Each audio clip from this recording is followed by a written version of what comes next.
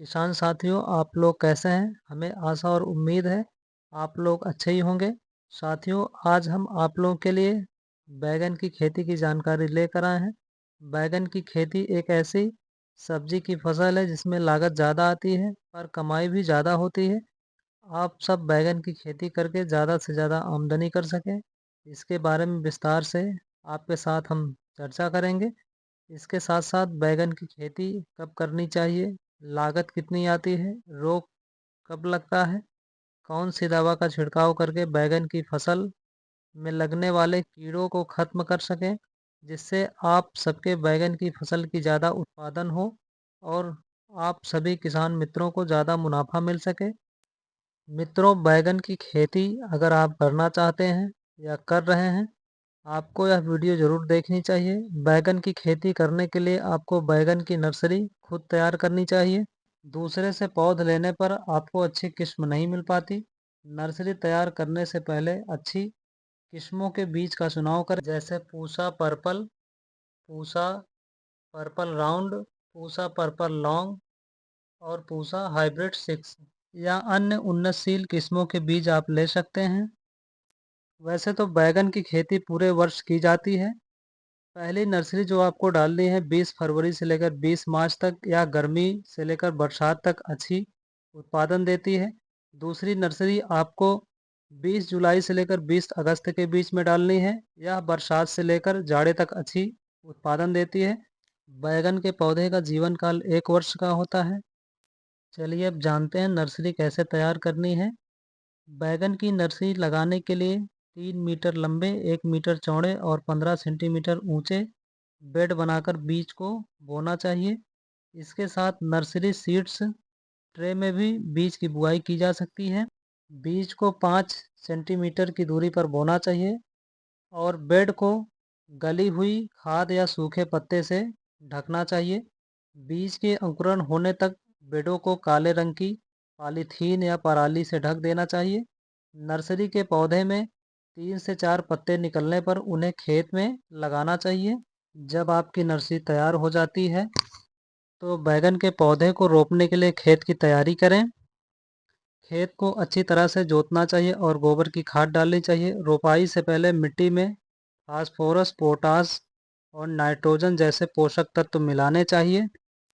किसान साथियों, बात करते हैं पौधे के रोपाई के विषय पर। पौधों को खेत में शाम के समय लगाने चाहिए।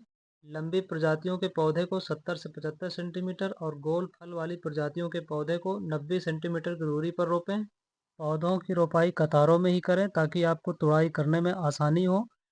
बैगन के पौधे को आप बेड बनाकर ही रोपें ताकि पानी लगने की संभावना ना रहे इसमें। मल्चिंग विधि द्वारा भी आप बैगन के पौधे की रोपाई करके खेती कर सकते हैं। इससे घास आपके खेतों में नहीं होगी और आपकी फसल निराई गुड़ाई से बची रहेगी। पौधों की रोपाई के बाद हल्की सिंचाई कर दें। गर्मियों में 7 से 8 दिन, सर्दियों में 10 से 12 दिन के अंतर पर सिंचाई करनी चाहिए। उर्वरकों का सही इस्तेमाल करना चाहिए। कुछ किसान साथियों का यह प्रश्न होता है कि यूरिया का इस्तेमाल हमें कब और कैसे करना है। बैगन में यूरिया आमतौर पर रोपाई के 20 से 25 दिन बाद और फिर 45 से 50 दिन बाद दिया जाता है। पहली खुराक रोपाई के 20 से 25 दिन बाद और दूसरी खुराक रोपाई के 45 से 50 दिन बाद देना चाहिए। यूरिया को हमेशा सिंचाई के बाद या बारिश के बाद देना चाहिए ताकि यह मिट्टी में समान रूप से फैल जाए और पौधों को समान रूप से नाइट्रोजन मिल सके। रोपाई के 40 से 45 दिन बाद बैगन की तुड़ाई शुरू हो जाती है। किसान साथियों, आइए अब बात करते हैं सबसे महत्वपूर्ण बिंदु रोग और कीट नियंत्रण के विषय पर।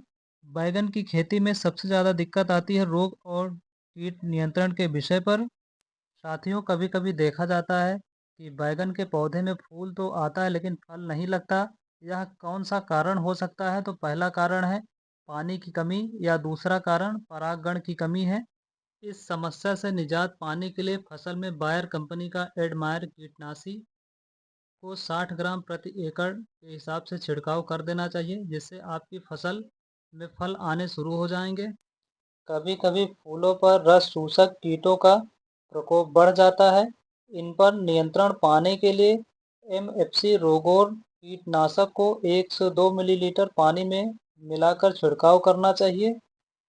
इसके साथ साथ तना छेदक और फल छेदक कीटों का भी प्रकोप होता है।